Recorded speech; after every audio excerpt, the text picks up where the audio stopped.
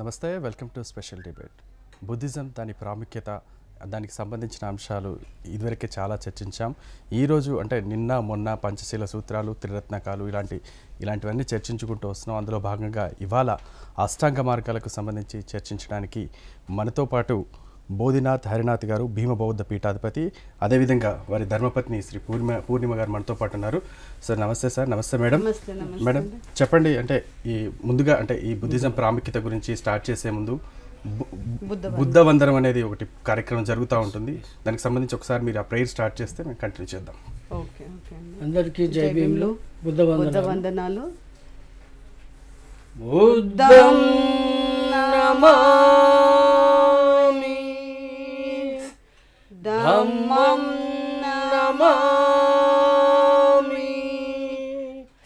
సంఘం నమామి. నమో తస్స భగవతో అర్హతో సమ్మా సంబుద్దస్స. నమో తస్స భగవతో అర్హతో సమ్మా సంబుద్దస్స. నమో తస్స భగవతో అర్హతో సమ్మా సంబుద్దస్స. బుద్ధం శరణం గచ్ఛామి, ధమ్మం శరణం గచ్ఛామి, సంఘం శరణం గచ్ఛామి. ద్వితీయంపి బుద్ధం శరణం గచ్ఛామి, ద్వితీయంపి ధమ్మం శరణం గచ్ఛామి, ద్వితీయంపి సంఘం శరణం గచ్ఛామి, తృతీయంపి బుద్ధం శరణం గచ్ఛామి, తృతీయంపి ధమ్మం శరణం గచ్ఛామి, తృతీయంపి సంఘం శరణం గచ్ఛామి. పానాతిపాతా వేరమణి సిక్ఖాపదం సమాదియామి.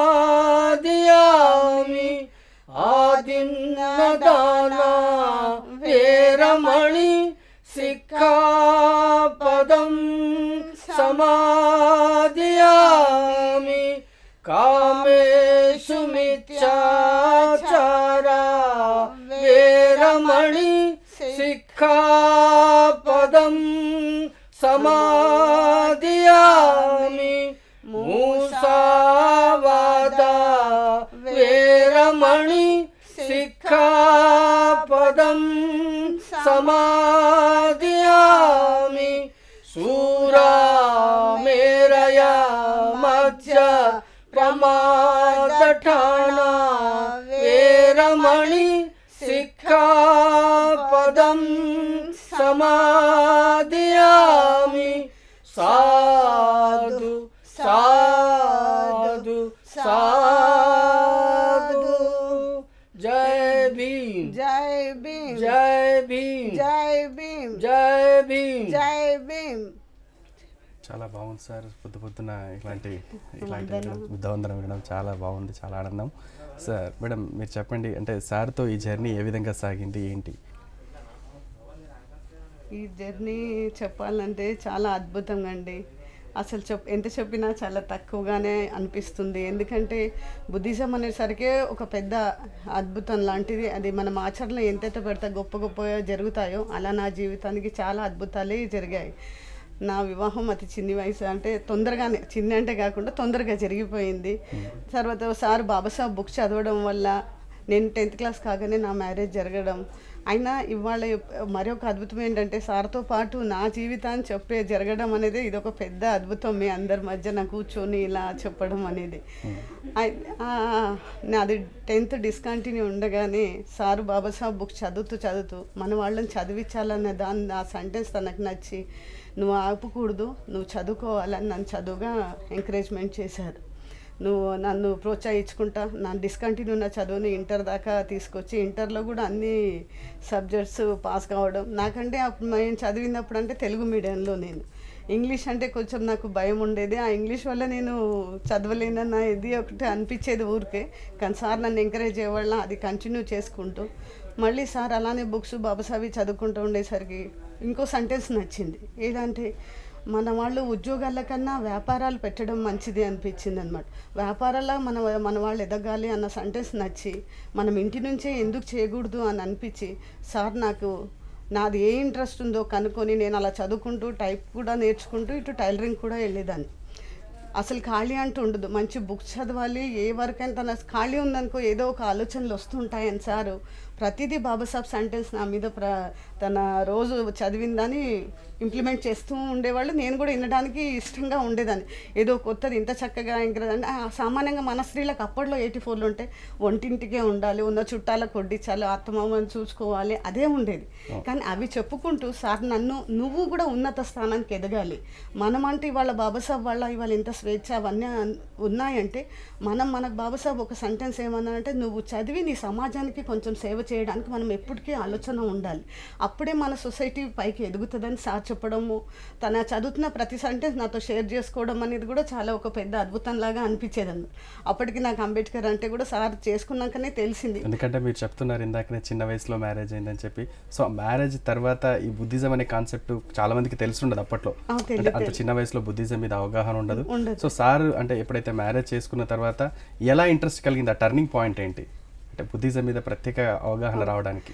అదే మాకి అంటే సారు చిన్న బుద్ధుడివి బుక్స్ తేవడం, చదవడం, రోజు ఇలా త్రిశరణ పంచనీలో మార్నింగ్ చెప్పడం, మళ్ళీ నైట్ పడుకునే అంటే భోజనం చేసే ముందు కూర్చొని చెప్పడం వల్ల వాటి యొక్క విలువ ఏంటంటే, ఎవరైనా జెంట్స్ ఎలా ఉంటారంటే తన పని అయిపోగానే భోజనం చేసి తన వర్క్లో, కానీ తన ఫ్యామిలీకి కూడా ఇది మనకు కావాలి, ఇది ఇంటి నుంచే సాహిత్యం మొదలవుతే వెలుగుని అన్న ఉద్దేశంతో ఉండి సారు నన్ను ఆ విధంగా చేసుకుంటూ వచ్చి బాబాసాహెబ్ అట్లా వ్యాపారాలు చేయాలన్న సెంటెన్స్ మీద నాకు బిజినెస్ పెట్టించడం జరిగింది.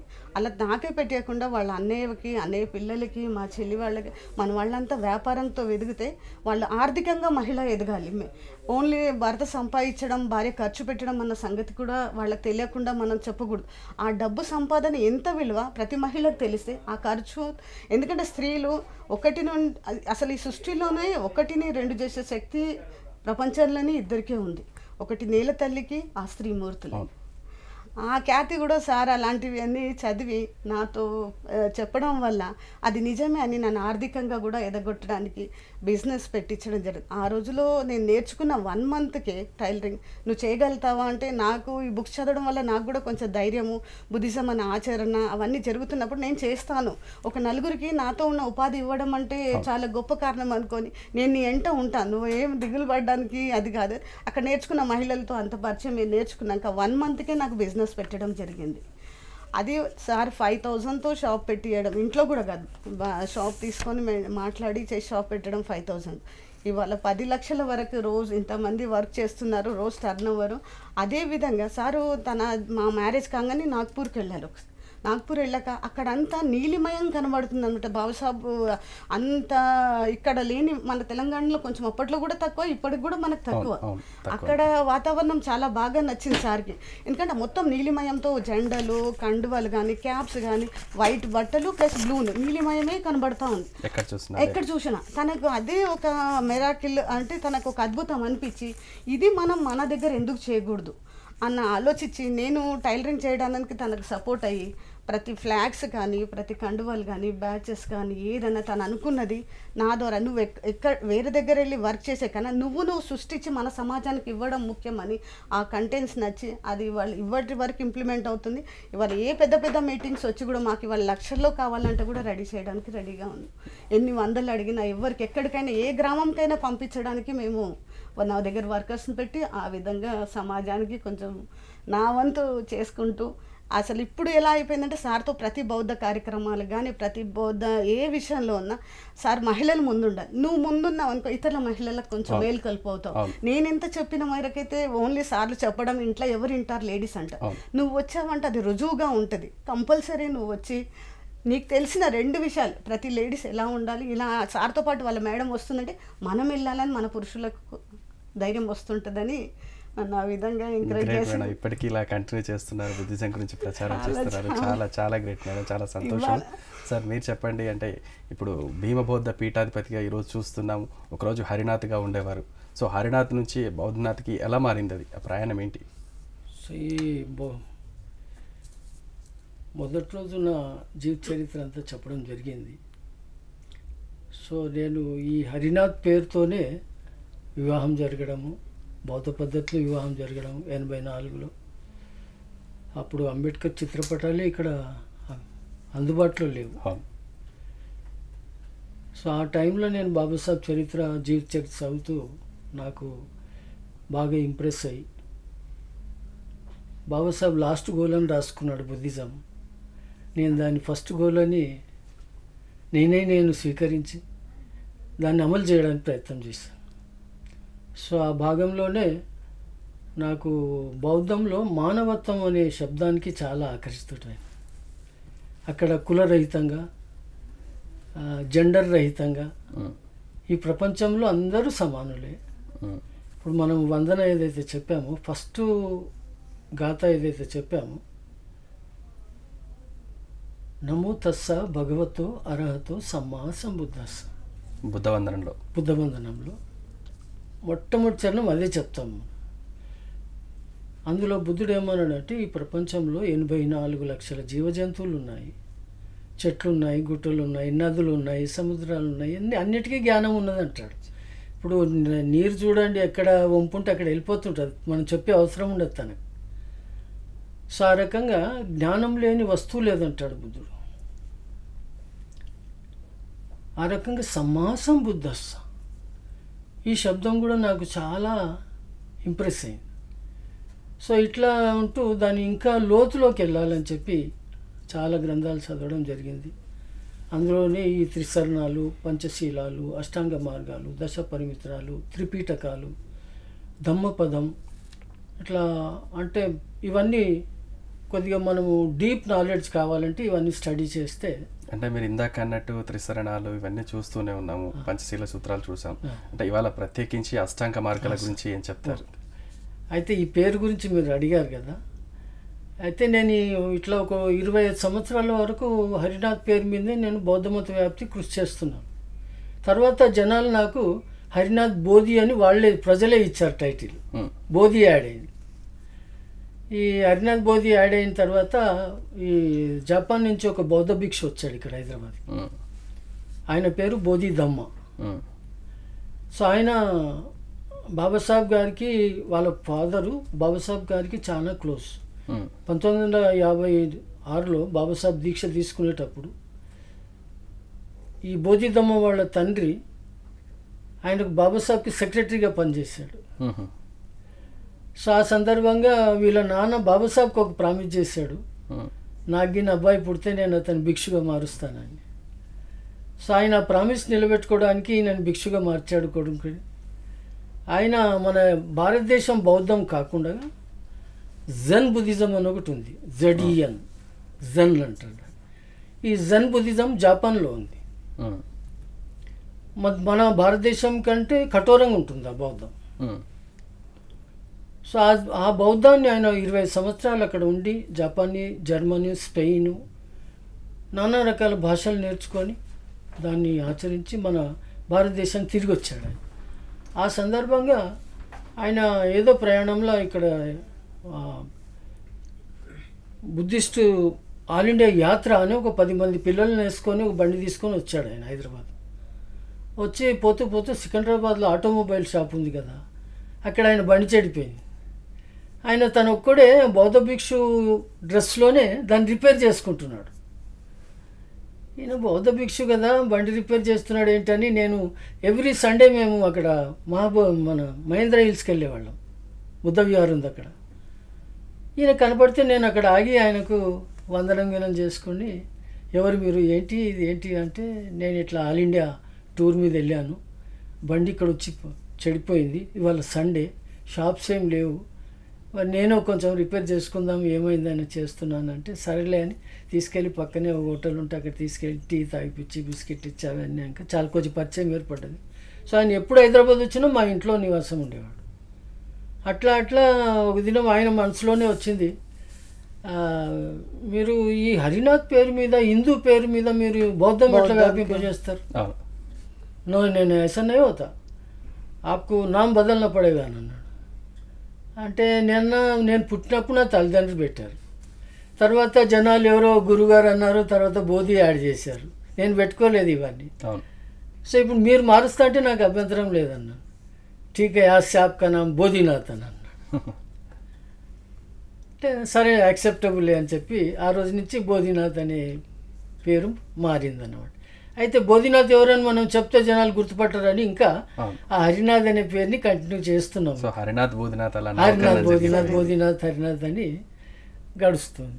అంటే దీనికి సంబంధించి ఇప్పుడు హరినాథ్ బోధినాథ్, మరి అప్పుడు పేరెంట్స్ ఉన్నారు కదా మీ పేరెంట్స్, సో దానికి సంబంధించి ఏమనలేదా పేరెంట్స్? హరినాథ్ వాళ్ళు వదిలేసారు, ఇంత ఒక ప్రభంజనం మనం మాట్లాడు, వదిలేశారు. ఆయన మంచి మార్గంలో ఉన్నాడు, ఆపి ఏం చేస్తాం మనం? ఎందుకంటే నేను వాళ్ళని ఎదిరించే బౌద్ధ పద్ధతిలో వివాహం చేసుకున్నాను. మా ఫాదరు పురోహితంగా ఉండే, దళిత పురోహితం అంటే మళ్ళీ మీరు బ్రాహ్మణుల దగ్గరే పోతారు అందరు.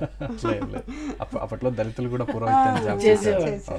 అయితే సొంత గుళ్ళు కట్టుకొని వాళ్ళు రానివ్వడం లేదని, రానియకపోతే మనమేమని గుడి పెట్టుకొని మన ఆయన 10 గుళ్ళు కట్టి పురోహితం చేసేవాడు ఆయన.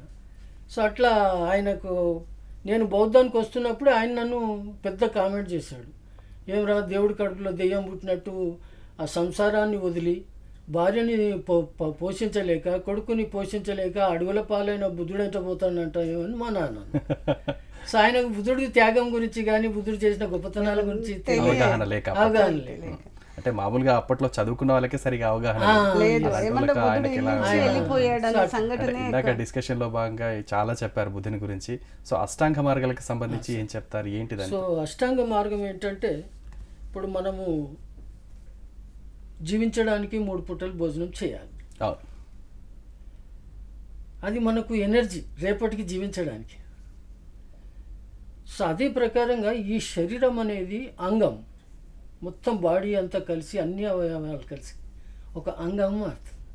ఎన్నో అవయవాలు అవి ఉన్నాయి, అవి అంగాలు కావు, శరీరం మొత్తంని అంగం అన్నాడు ఆయన. సో ఈ శరీరానికి ఆహారానికి మించిన కొన్ని విషయాలు ఉన్నాయి, వాటిని మనం పోషించాలి, ఎవరికి వారే పోషించాలి. నేను పోషిస్తే నా భార్యకు చెందని, మా భార్య మేమిద్దరం కలిసి పోషిస్తే మాకు పిల్లలకు చెందది, మా పిల్లలు పోషిస్తే వాళ్ళ పిల్లలకు చెందది. ఎవరు పోషిస్తే, ఎవరు ఆచరిస్తే వాళ్ళే బాగుపడతారు. దట్ ఈస్ బుద్ధిజం అని చెప్తూ, ఈ అష్టాంగ మార్గాలు అంటే మనకు 8 మార్గాలు ఉన్నాయి. ఆ 8 మార్గాలను మనము అనుబంధంగా నడుచుకుంటే మీవంత పవిత్రత ఇంకెవరికి ఉండదన్నాడు ఆయన. ఇప్పుడు నువ్వు ఒక మాట చెప్తే మా పని అయిపోతుంది సార్ అని చాలామంది దగ్గరికి మనం వెళ్తుంటాం కదా, అదేంటంటే తనకున్న గుడ్ విల్, తన మంచితనం. అదే అరుణాథ్ సార్ చెప్పిండా, ఆయన మాటను తీసేయదు కదా అని జనాలు పని చేసేస్తాం. అయితే మనం మంచితనం గురించి అక్కడ రెస్పెక్ట్ వచ్చింది తప్ప, నేనేదో ఆయనకు 10 లక్షలు ఇచ్చేది ఉండే, ఆయన బాకిను నేను ఆయనకు బాకిను అంటే మన మాట ఎందుకు వింటారు సార్? ఎవరు వినరు కూడా. అరే ఆయన వాళ్ళు చిల్లర మనిషి, ఆయన మాట ఏమంటారండి? మనం డబ్బుతో మాట ఉంటే తప్పకుండా. అదే బుద్ధుడు ఏమంటాడంటే, మానవుడి యొక్క జన్మం అనేది విలువలతో కూడుకున్నది. మనము ఈ జీవహింస చేసి, అబద్ధం ఆడి, ఇతర మహిళలను ఆశించి, దొంగతనం చేసి, మత్తు పదార్థాలను సేవించడం వల్ల ఈ అంగం శరీరం అనేది నష్టపోతుంది. ఇవి ప్రతిరోజు మనం తీసుకున్నట్టయితే మనం శారీరకంగా, మానసికంగా దృఢంగా కూడా తయారవుతాం. ఒకటి ఈ ఔషధాలు కావు, గుణాలు. సో గుణం కూడా నిన్ను బాగు చేస్తే గుణమే నిన్ను గుర్తింపు చేస్తుంది కదా. అవును. అక్కడ ఔషధం ఏం పని చేస్తుంది? శరీరానికి ఔషధము, మనకు పరిచయానికి గుణం. సో ఆ రకంగా మన అంగానికి 8 లక్షణాలు ఉన్నాయి. ఆ 8 లక్షణాలు ఏంటి, ఎట్లా రక్షించుకోవాలి వాటిని, మనం ఏ రకంగా పాటించాలి, వాటికి మూల సూత్రాలు ఏంటి. అయితే ఇది ఏ ధర్మంలో కూడా మనకు చెప్పరు. ఎందుకు చెప్పరు అంటే చెప్తే తన పెద్దరికం పోతుంది, నువ్వు బాగైపోతావు, నువ్వు పెద్దగా అవుతావు రేపు. వాళ్ళ భయం ఏంటంటే నేను ఒక్కడే ఉండాలి, నేనే చెప్పాలి చచ్చే వరకు. బౌద్ధంలో ఏం చెప్పాడంటే ప్రతి వాళ్ళు జీవించాలి, ప్రతి వాళ్ళు తెలుసుకోవాలి. ఇవాళ నేను అక్కడ పురోహితం చేసేవాడిని, ఇక్కడ పురోహితం చేస్తున్నాను ఇప్పుడు బౌద్ధంలో. పెళ్లి దగ్గర నుంచి పుట్టుక తేదీ నుంచి చానిపోయే వరకు నామకరణాలు, గృహప్రవేశాలు, దినాలు, వారాలు అన్ని నిర్వహిస్తాను బౌద్ధ పద్ధతిలో. ఎవరి పూర్ణిమ. సో ఆ రకంగా అంటే మీరు చెప్పండి మేడం, ఇప్పుడు హరినాథ్ బౌద్ధనాథ్ ఆ కాలంలో ఏంటంటే బుద్ధిజం మీద అవగాహన ఉండదు, మీ పేరెంట్స్ కూడా అవగాహన ఉండదు. సో అవగాహన ఉండనప్పుడు మీరు మ్యారేజ్ చేసుకున్నారు కదా, ఈయన అంటే బుద్ధుడిని ఫాలో అవుతున్నాడు, ఇప్పుడున్న జనరేషన్ అంటే ఆడపిల్లగా కొన్ని కోరికలు ఉంటాయి. సో ఈయన ఇప్పుడే బుద్ధిజం ఫాలో అవుతున్నాడు, రేపు పొద్దున నాకు ఇబ్బంది అవుతుందేమని అలాంటి ఫీలింగ్ ఏం కలగలేదా మీకు మ్యారేజ్ చేసుకుని? అలాంటి ఇబ్బంది ఏమీ అనిపించలేదు, ఎందుకంటే సారు వాళ్ళవి చూపించుకుంటా అక్కడ జరుగుతున్న తప్పులు ప్రాక్టికల్గా చూపించడం జరిగింది నాకు. అక్కడ మన వాళ్ళు మూఢనమ్మకాలతో ఎలా చేస్తున్నారు అంటే దాన్ని వాళ్ళ చూస్తే అది నిజము. అది ఎందుకంటే ఇప్పుడు మన వాళ్ళు ఇంకా వేరే ధర్మాలకు వెళ్ళి చెప్పలేకుండా కొన్ని చిన్నవి అంటే ఇప్పుడు మన వాళ్ళు తెలియకుండానే పాలు ఎక్కడో పోస్తూ ఉంటారు, అది వేస్ట్గా వెళ్ళిపోతూ ఉంటుంది. దాని యొక్క విలువల్ని ప్రతి చిన్న దాన్ని ఎగ్జాంపుల్గా నాకు చూపించి చేయడం వల్ల అది నిజమే అనిపించింది. తన మిగతా వాటికి ఏది ఇబ్బంది పెట్టకుండా ఈ పేరెంట్స్ వచ్చి కలవడం ఇది మనకింత ఉంటుంది, అది అలాంటి ఏవి కూడా ఒక స్నేహితుడిలాగా ఇది కరెక్టా ఇది కాదా. కానీ ఆ టైంలో ఆ ఆలోచన ఉండడం చాలా గ్రేట్ మేడం నిజంగా.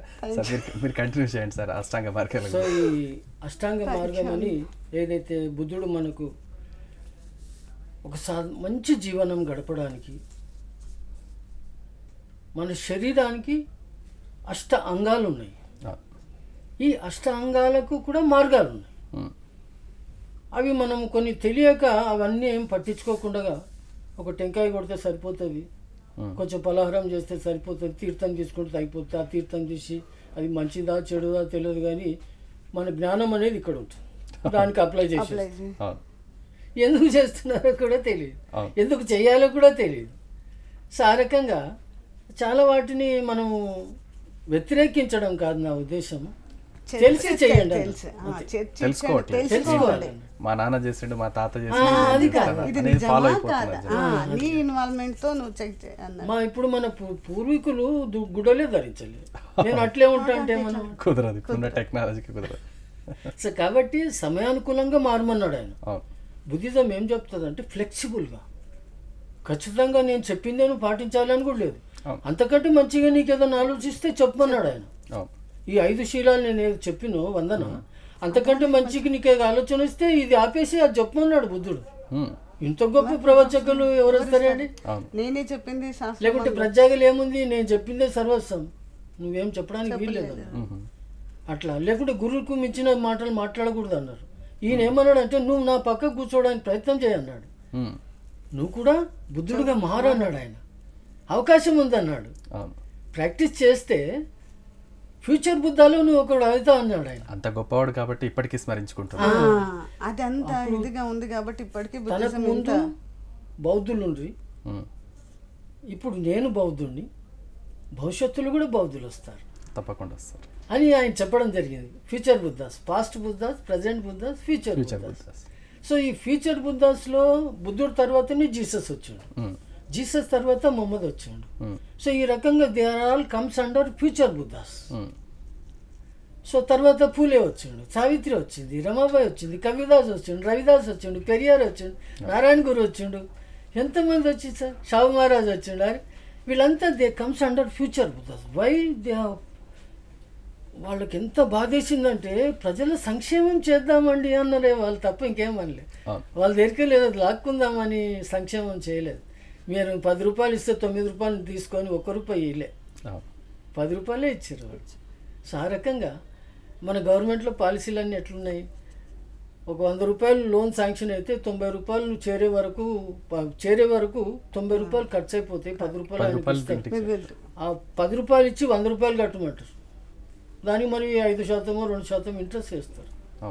ఈ రకంగా మరి పరిస్థితి అలా ఉంది.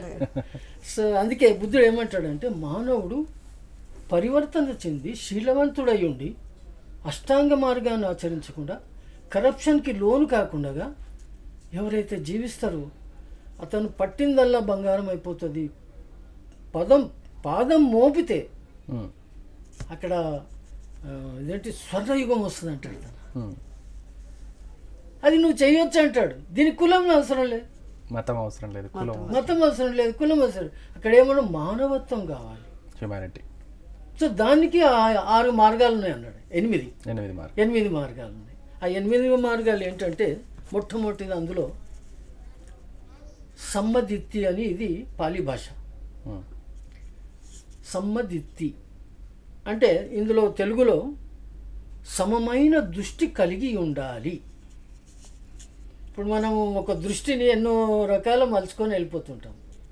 ఒక దిక్కు ఒక దృష్టి పెడతాం, ఒక దిక్కు ఒక దృష్టి పెడతాం. సమమైన దృష్టి ఉండదు. అందరూ సమానులమైన దృష్టి ఉంటే మీరు ఎంత హ్యాపీగా ఫీల్ అవుతారు. అరే మీరు కూడా అలాగనే ఉన్నారు కదండి, మీలో ఏం తేడా ఉంది అన్నట్టు ఉంటే, మీరు ఒక అమ్మాయి చెత్త కలెక్ట్ చేసే అమ్మాయిని కూడా మీరు చూడండి, మనసుతోని అందంగానే కనబడుతుంది. చీచి కనబడదు, మంచి పక్కకి చీ ఉన్నది లాస్ట్లో. ఆ చీ తీసేయలేము మనం. మంచిని పోషిస్తుంటే చీ నిదానంగా తగ్గుతుంది. సో అట్లా ఈ సమమైన దృష్టి కలిగి ఉండిన వాడే ఇతరులను కూడా సమానంగా చూడగలుగుతాడు. ఇక దీనికి చెప్పాలంటే చాలా ఉంది, కానీ అయితే నేను సతీష్ అడిగితే కూడా నేను ఏమన్నా అంటే, ఈరోజు ఒక రోజులే అది పూర్తి చేద్దాము. ఎందుకంటే అది ఒక్కొక్క గంట చెప్పాల్సి వస్తుంది. ఒక్కొక్క దాని గురించి ఒక్కొక్క టైం పడుతుంది.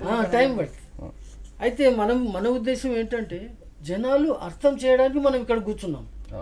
ఏదో నా పెద్దతనం చేయడానికి టీం ముందు వచ్చేసడానికి బుద్ధిని ప్రజల్లోకి తీసుకెళ్ళాలి. వాళ్ళు నిత్యాచరణలో పెట్టుకున్నారంటే ఇలాంటివన్నీ. సమ్మదిత్తి ప్రతి మనిషి ఆచరించినట్టయితే దాని తెలుగులో సమమైన దృష్టి కలిగి ఉండడము. రెండోది సమ్మ సంకప్పో, పాలి భాష. దీని అర్థం ఏంటంటే, సమమైన సంకల్పము కలిగి ఉండాలి. మన సంకల్పం ఏదైతుందో అది అందరికీ సమానంగా చెందాలి అని మనం ఫీల్ అయితే ఆటోమేటిక్గా మీలో ఆనందం ఏర్పడుతుంది.